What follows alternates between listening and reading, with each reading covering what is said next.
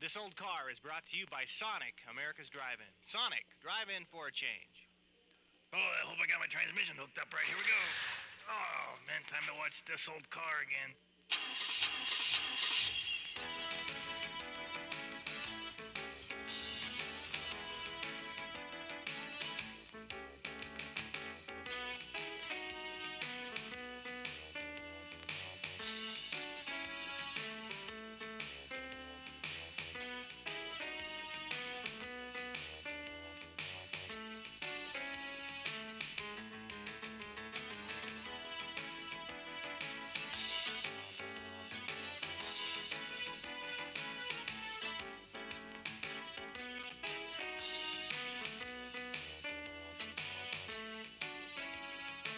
Hi, I'm Stephen Dale. Welcome to another episode of This Old Car. We're continuing on with our hot rodding of our 56 Chevy. We're going to continue putting together our front suspension, rear suspension, and our engine. And today we're going to be talking about some performance head work that we're having done at Automotive Performance here in Lubbock, Texas. Lots of exciting tips coming up for you, your hot rodders out there. So get a notepad and a Sonic Cherry Limeade and sit back and stay tuned here at This Old Car. We'll be right back after these messages. Okay, now we're going to talk engines. We're going to talk about how to build a very high horsepower small block 350, which is what we have here. Here's our block. This is our 350 4-bolt main back from Total Engine Service. Board, decked, ready to go, except we're going to make some changes to it and then we're going to clean it. We're going to show you the best way to clean it and to prepare it before you start building. Let's take a look at all the products that we're going to have. George has got them lined out nice and neat, so his workstation is ready to go. First of all, George, this is a high performance oil pan, right? As came originally on about 63 Vet. This is a very good copy of it. Built-in windage tray. Right. And what they call a scraper to take the oil flying off the crankshaft out of the air in the crankcase and put it back in the bottom of the pan. Okay, plus it has a trap door in here too. Yep. So under deceleration, it doesn't let all the oil flow to the front of the pan. And start you run your engine, start your oil pump, run your engine dry on oil. And here's our oil pump right here. Now this is a TRW, high pressure. High volume. High volume, okay. And then with we got a spare pressure relief spring in here in case we have too much pressure. Okay, so we can let that down some. We also have a Molly oil pump drive shaft. Right, by Moroso. We have a Molly oil pump stud, ARP. Yep.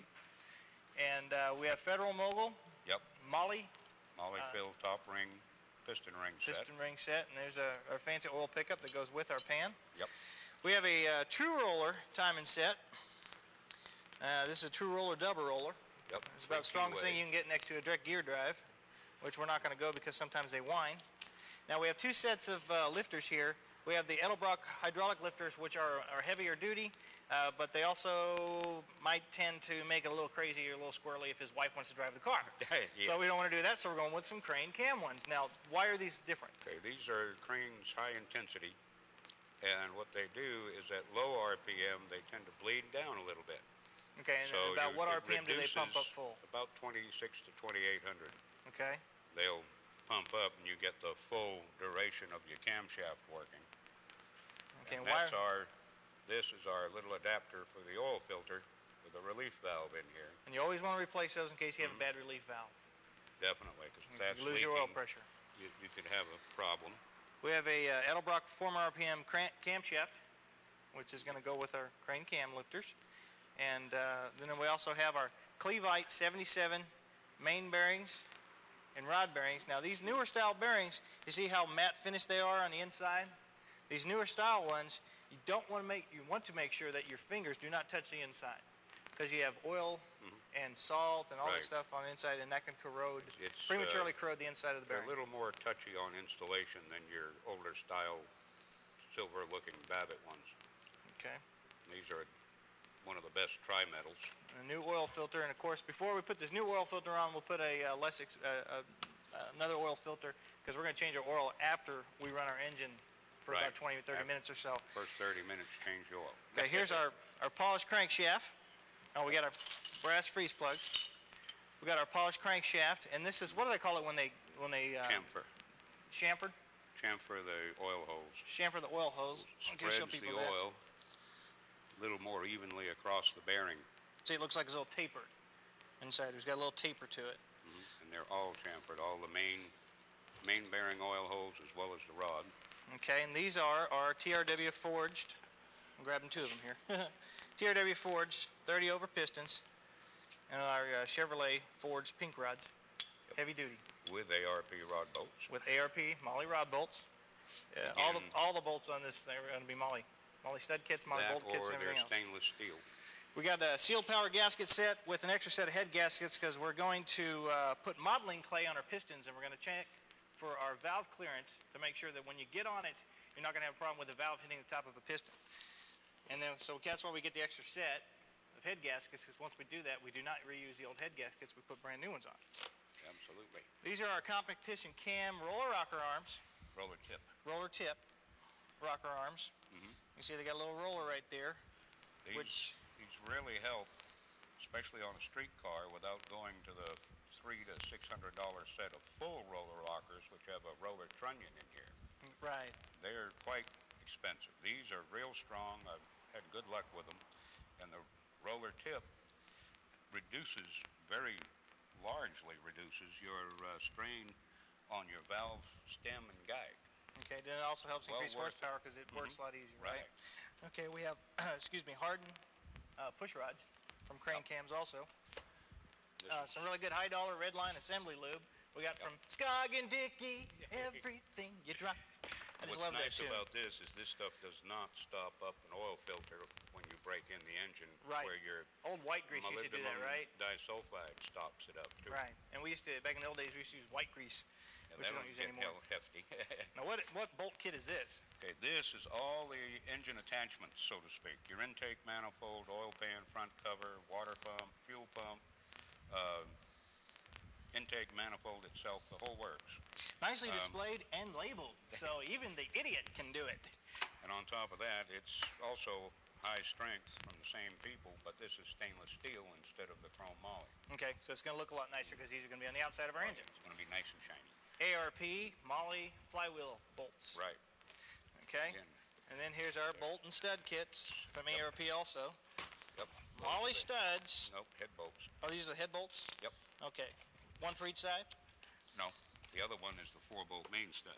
Oh, that's right, because we're replacing the bolt side took out of the main caps. We aren't going to put back. We're going to put the stud back. Because they might not handle the horsepower. Well, plus the fact if you have to tear the engine down and put it back together again, there's a lot less stress and strain and pull on the threads in the block. Right.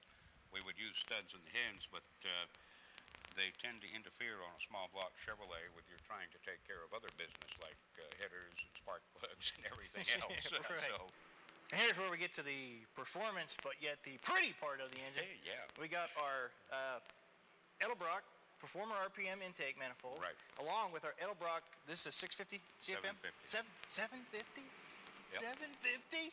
Oh, buddy, we're going fast. I can't wait to drive this car. Even with a fancy electric choke. The owner might not get it right away. Yeah, that's really nice. Nice setup. When Steve gets through trying it out, the owner I gotta break the engine. I gotta break the engine in before he gets it. You know, hey, I don't want anything to go wrong with it after we let him have it. So after we let him have it. Besides, I figure what I'll do is I'll show him the bill first. Then while he's passed out, I'll go take his car for a spin, so that you can get a look how pretty that's gonna look there, man. You can feel the testosterone level rising, can't you? I'm sure. Yeah.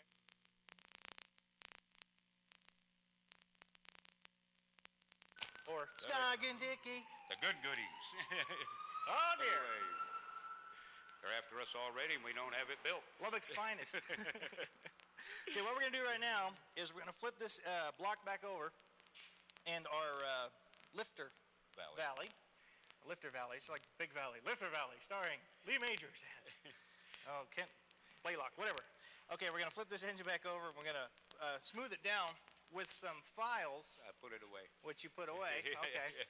Basically, little filing cones that we got from Eastwood Company. Instead of painting your lifter valley with, what's the name of that paint? Gliptol is a good one.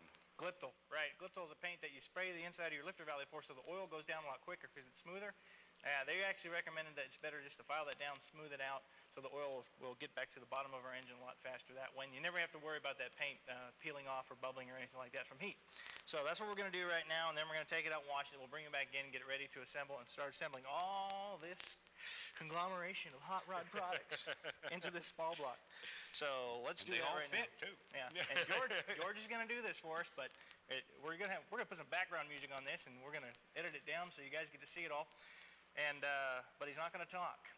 So he might be talking, but you won't be hearing him. So no, I'll probably be talking to myself. Yeah, that's the good part. Just don't answer yourself, George. That's the problem. That's when you get me scared. Okay, so let's get this sucker turned over, and I'll let you get started. I'll give you a hand here. Okay.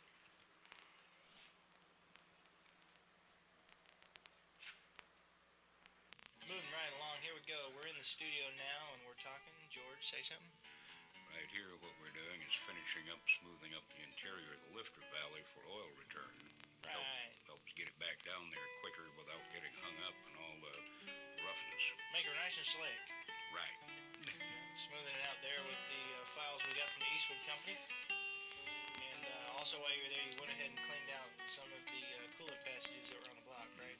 Right. Get rid of some of that trash so it doesn't break loose and roll around inside the water jacket. And speaking of trash, now once you got all that cleaned out, we need to wash it out. Right. So we're going to wash it out with what? Good old Tide. Tide and water. Soap and water, that's what gets an engine clean, folks. You don't have to spend the high dollar stuff taking it down and having it vatted. I mean, that helps if you have machine work done, but if you're going to clean it again, just use soap and water like George is doing, talking to no one there. Talking to the cameraman there, I guess. It's just Tide and a shop rag and some water. Clean it out good. Get everywhere you can, man. Flip that engine over. Don't worry about getting water on metal. No, that Tide really lifts the remainder of metal left from machining operations, lifts it right out of there. And there's no rust in water. People think there's rust in water. There's not. If water sits on metal, then it rusts. So as long as you get the water off, you're going to be okay. So once you got that good and clean, you're going to rinse it down again. I think you're getting ready to do that. Oh, first we got to clean out the oil passages, Make right? sure there's no trash in them. That would be catastrophic. That's just a gunmetal brush, right? A gun barrel brush, gun cleaning brush. Wire brush, copper wire brush on it there, clean it out good. About a 22 caliber, you say. So, roughly a 30 caliber for the other ones. Yeah. Now hose it down good and get a water nozzle like I brought and get in those passages. And just use your air hose and blow it off. And that air gets that water dissipated very quickly. Helps keep it from developing that fast surface rust, which comes up real quick on a fresh machine surface. Right. And then you'll notice we're going to douse it a little bit with some WD-40. Good old WD-40, man. Good stuff. That's a man can fix anything with some duct tape and some WD-40. Actually stands for water displacement, doesn't it? Water dispersant. Water dispersant. Gets rid of the water. Repels it. That's why you can spray that in you're running through a water puddle, you can spray that in your distributor cap, put your cap back on, and get on down the road. You hear that, folks? Very frequently. There's your driving tip. Now we take another barrel bore brush, a bigger one there, and clean out those oil passages. And I think that's You have to do that from both ends of the block because of the length of the passages. Right. Or you could have just put a longer. Well, yeah, you could have added another piece of material there. Okay, what are you doing now? Now you're checking for the trying to make trueness sure of the crank. that crank isn't, Got shall we say, looking like a sidewinder in a wagon dial rack. indicator in there. You got the front bearing and the rear bearing just sitting in there, right? Yeah. And you just spin it around. Yeah, just the two bearings, and you leave the other three free. Now you're putting the other three in because we're gonna plastic gauge it and check for clearance. Yep. Check for our oil clearance because we want that good oil in there. Want that sucker to circulate. Make sure that we got the proper clearance. Make sure that they turned our crank properly, which I've never run into total engine service goofing that up, but it still doesn't hurt to check. Either. Oh no, always said better to check. Yeah. So there's the good lube in Possible there. you could have a flaw in the block. Yeah, that's true. Or a cap. And carefully set the crankshaft back in and all that good assembly lube that we got from Scott and Dickey. Yep. That's that one, by the way, is made by Redline. It supposedly doesn't give you the trouble some assembly lubes will with plugging up oil filters. Now we're putting in our main studs, right? Right. Main cap studs. Those are ARP studs with a little, what is that? Is that Loctite or is that lube? No, that's a special lubricant made by ARP to go with their studs and bolts. So they so they down don't good and snug. get galled in the threads in the block, Okay, you can and see. it also acts as an out-and-out lubricant. Yeah, and you got the other ones in now. Now you're getting ready to put in your plastic gauges. Right. And the cameraman's having a hard time. Come on, Ram. Like looking for a needle in a haystack. There we go. Just a little bit of plastic. It's like plastic and wax, right? Mm-hmm. And that's going to measure our oil clearance. What we do is set that on the main journal, and it crushes when we put our bearing in our main cap and put our main cap down. And set that down, and we torque it down to specs, and it's not. In this case, with an aftermarket fastener, always use the aftermarket manufacturer's specifications. Okay, which is about 90 foot-pounds there. Then we torque them down, then we take them back off, and then we measure our plastic gauge. Right. We get our oil clearance, make sure we're a little on the loose side here, about 2.5. That's okay, because that's going to be good for this engine. Well, with the Torque them back the RPM and the abuse on the street, with the RPM that engine's capable of, it's a good idea. Yeah. Now we're putting our cam in. Plenty of assembly lube there. You're making real sure you don't mess up those brand new cam Always. Not to mention the lobes. You want them well coated with assembly lubricant. Now there's our oil galley plugs, and those might leak a little bit because they had to thread those holes, but that's okay, because all that's going to do is just on this side of the engine, if that leaks a little bit, it's just going to lube up your timing chain, which you're torquing down now. Yep. Always torque that down. A lot of people just hit them on with an air wrench, and that's not right. You should torque it down, make it even. Now we're sitting in our range. We're going to check our rain gap. Definitely. Check the ring gap. Right, put our compression ring in there and set our piston in to move it to the top of the travel of the cylinder wall. Right, or just below top. And measure that gap right there that we can see, which was about how many thousandths? Want roughly 4 thousandths an inch of bore. So in this case, you want at least 16 thousandths. Which is what we had, right? Right. So once we got that checked, we put on our ring. So here's our oil ring, which we put on by hand. Our oil sealing ring. And then I use a ring compressor to get on our compression rings. Ring spreader. Ring spreader. Yeah. Okay, now ring compressor. Ring compressor's coming up next. Yeah. Except now you gotta stagger your gap on your rings so that they don't line up and lose all your compression. Before you do that, you just pour a little motor oil over top so it goes in nice and smooth. And make darn sure that oil gets worked in around the rings too. Now there's the compressed rings, and you're tapping that in. Now we didn't put any pieces of rubber on these rod studs, which a lot of people recommend you do. We didn't have any, so what we do is we turn the crank all the way to the opposite end. Right. So when we install it, we know that we're not going to scar that crank. That way you can control it. And there's our complete engine, and we'll be back right after this break. We're back here now at Automotive Performance. This is Steve Jones. Steve, thank you so much for doing this work for us. Sure. We're kind of excited to have somebody like Steve because he's a hot rod professional. And this guy is well sought after, I've heard from a lot of hot rod enthusiasts like to bring you their stuff. Well, I'd like to think so. Okay, we're going to talk about performance head work. So that's what we're doing on our 350 Chevy for our 56. We're going to do some performance head work, show you. We're going to put in bigger valves. We're going to polish, port it, stainless steel valves, stainless springs, keepers, everything. The whole works. And Steve, go ahead and explain to us what you do here. Basically, we start out, we come in, the customer will bring in a cylinder head, whatever head of his choice, or we will supply a core. This particular core right here is for 350 Chevrolet, it's an 882 casting head. It starts out life as just nothing special. It came on anything from pickup trucks to any type of passenger car. Yeah, that's what we got this head off of, actually, was a 71 pickup that I redid. Right. So now 882, what size valves are in here now? This head comes from the factory. This particular one right here is with a 194 intake valve and a 1.5 exhaust valve. Which is not bad. No, George says it's pretty good for street use. Yes, it was originally on a 4-barrel application, and it rated anywhere from 220 horse on up there on some of them. But we're going to change all that. Yeah, it's not big enough for us. No. But it comes in, they're always dirty and nasty when they come in. We take them, and the first step is, of course, we don't want to work on them until we get them nice and clean. So we'll take them and throw them in a vat, and we use a jet vat here with certain types of acid and other types of cleaning agents, and clean them all up as best we can. That gets all the grease and the grime off of it, but it won't get the carbon off of it. Right.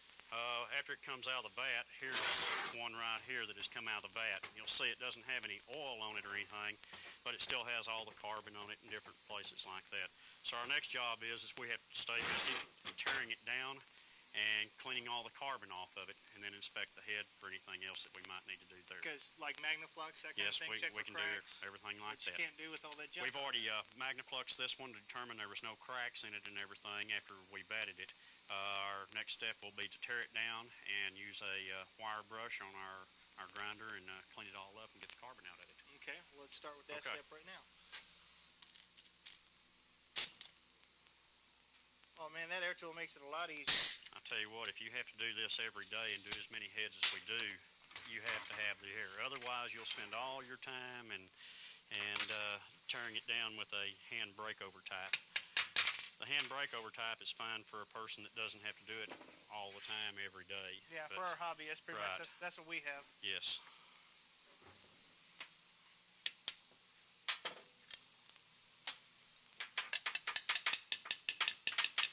We're not going to worry about damaging these valves or the valve guides taking any of these out because we will replace the valve and the valve guide. Here, now, what is this machine here specifically designed for? This is the seat and guide machine right here. This installs the new seats or new guides that we may want to put in any of our cylinder heads. The guides were wore out in this cylinder head, so we're going to drill it all out and put brand new valve guides in. Are those the standard guides that we're using? Yes.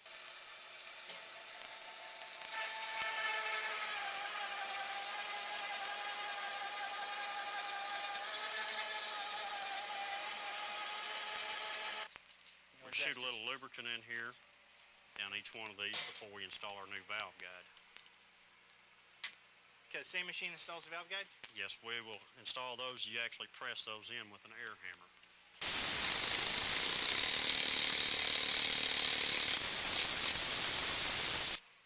I could say something right now about that sound, but I won't. Use your imagination. We're doing a 3-angle valve job, which is high performance. Yes. Okay, and lots of times you'll see heads advertised in the paper, the redone heads 3-angle valve job. You want to know what that is, and so that's what it does. Cuts it at 3 different angles: a 60, a 60, a 45, and a 30.